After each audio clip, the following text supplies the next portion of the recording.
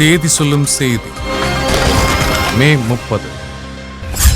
49ஆம் ஆண்டில் அற்புத படைப்பு.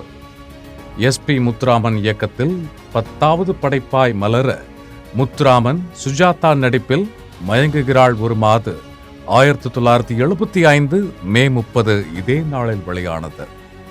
அபார கதையம்சத்தால் பெரிதும் பேசப்பட்டது. சில தவிர்க்க முடியா காட்சிகளுக்காக UA சான்றிதழ் பெற்று வெளியாகி பெரும் வெற்றி பெற்றது.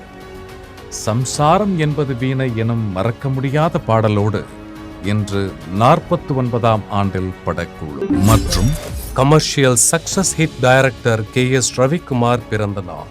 இயக்குனர் விக்ரமனிடம் இணை இயக்குனராய் பயணித்து தன் எழுத்தால் இயக்கத்தால் தமிழ் திரையுலகில் தனக்கென தடம் பதித்தவர்.